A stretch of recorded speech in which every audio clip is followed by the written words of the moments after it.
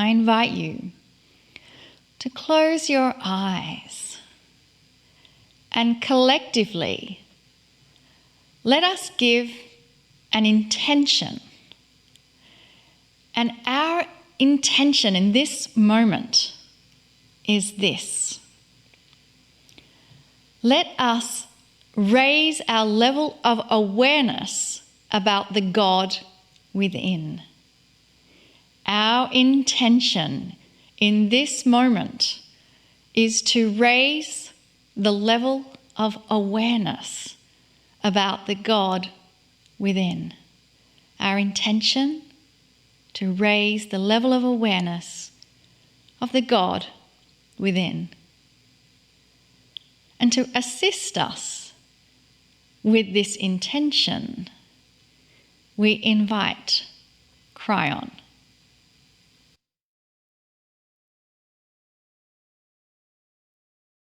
Greetings, dear ones. I'm Kryon of Magnetic Service. Indeed, this is the second lesson of the month, the second channeling, and the subject is awakening from darkness. Last month, we gave you the premise.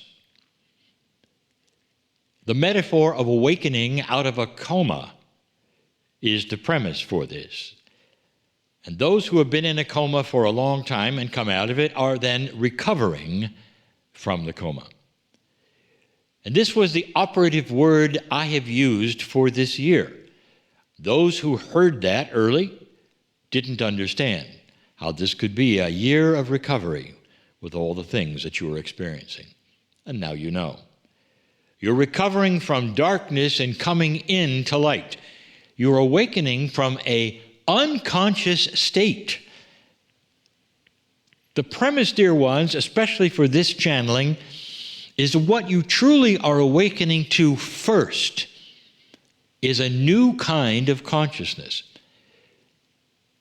I have said many times that what this area, this shift represents is new to humanity.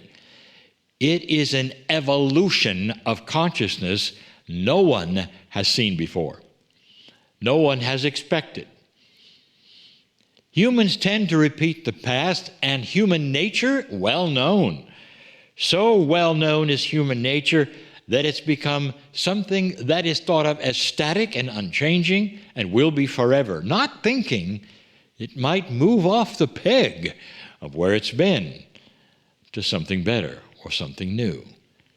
History will show this period of time is a change in human nature, an awakening to feeling different about yourselves, your society, what's proper, what's not proper, how to treat one another, what works and what doesn't. Some of you may not really truly be thinking there's been much of an evolution. But it happens slowly, dear ones, and I have to take you back not too long ago in a little story. I want you to go back with me as though you had a time machine. And I'll tell you what time it is in your history on earth, especially for those watching me now who might speak English. I'll take you back to the start of this country that I sit in right now, a time when the colonies were being formed, a time where your country was the beginning of its source and its origin. And some of those who would play parts are there, not that long ago. But I'm going to take you to a place that is different.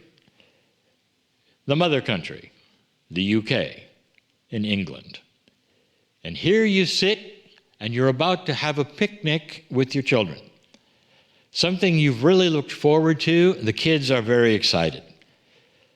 You know you're going to sit on the lawn with others, and you're going to have a wonderful time. You pack all manner of foodstuffs and things that are in the English tradition, and you're ready to go, and the kids are there too. Finally, you make it to that place where others are gathering, and it's a big crowd. And you're going to have a lot of fun, as you always do with this picnic, and you're looking forward to it. Where are you? It's called Tower Hill, and you're about to witness a beheading. How do you like it so far? This was common, and this is the time frame I'm talking about. If you were lucky that day, the prisoner to be executed and beheaded in front of you and your children would have another one. You would get 2 prisoners being executed that day. What a day that was! In fact, some have said that's the beginning of the term doubleheader. Dear ones, awakened from that coma of darkness and awakened to today, what do you think those who were there would think of now? Would you do that? Would it be considered something that you take your children to? Would it be appropriate? You know the answers already. That particular episode I just told you about is centuries old. It never changed. Now it has. This is just one simple explanation of what we are calling human evolution. You're starting to care about each other. You're starting to even question whether those should be put to death or not. It's controversial to those who were born in another age, another time, but the very fact that you're talking about it shows a change in all of what you think, how you think. You're starting to be aware of how you treat one another and what's is proper and not. You start to question your authorities and what they believe is necessary force. Dear ones, this all is you growing up with a light starting to be turned on that says, humans have God inside. All of them. Every single human, no matter how they believe, what they do, how they act, they have God inside. Every single human has something called life that is precious. It's precious because there is a consciousness of the divinity of that which is the Creator living inside each one. Every human has a soul. The soul is starting to be recognized and seen as something that is much bigger than ever before. It was only mentioned in history as being even there. Now it's being examined more. Is it possible that humanity, every single human being, is multidimensional? Is it possible there's a system of life return? This is the idea of reincarnation. And I'll tell you, more people on earth believe in it than don't. More people on earth believe in it than don't.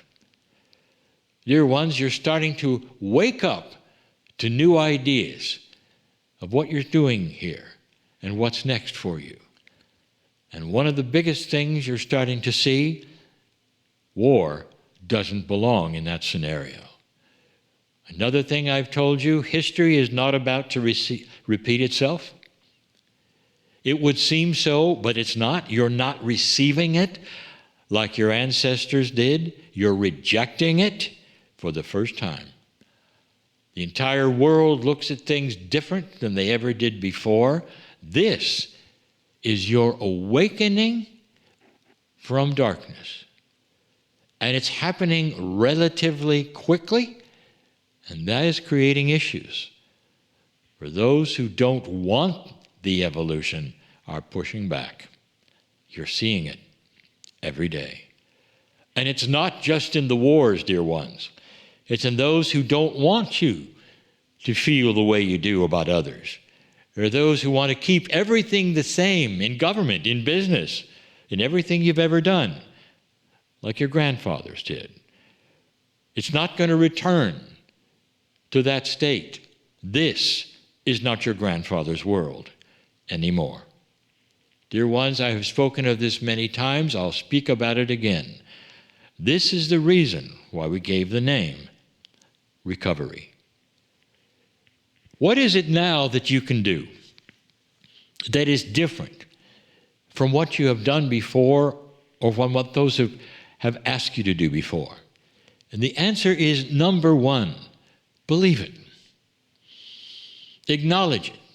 There are so many who say, okay, that's good for now, but I'm not really sure. I think we're going to slip backwards. What is this? You think this is a fad, do you? Do you know the ancients predicted this? And here you are standing in the middle of it? Don't be confused. Don't be fearful. This is your time. This is why you're here. This is why you agreed to sign up.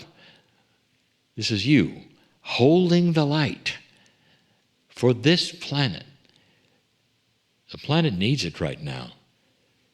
So many of you believe that it's all going to slip backwards just because you see what's happening now, not realizing that you're winning. Your consciousness is winning. More of the planet right now is starting to see what they don't want ever again, instead of joining for another world war. That is different. That is new thinking. There are those who would have joined before who are saying, not now, not this time, it's different. We don't want any of this. We want schools for our children. We want abundance of food in our land. We want to know that we have enough power and electricity so that we can survive in this kind of a world.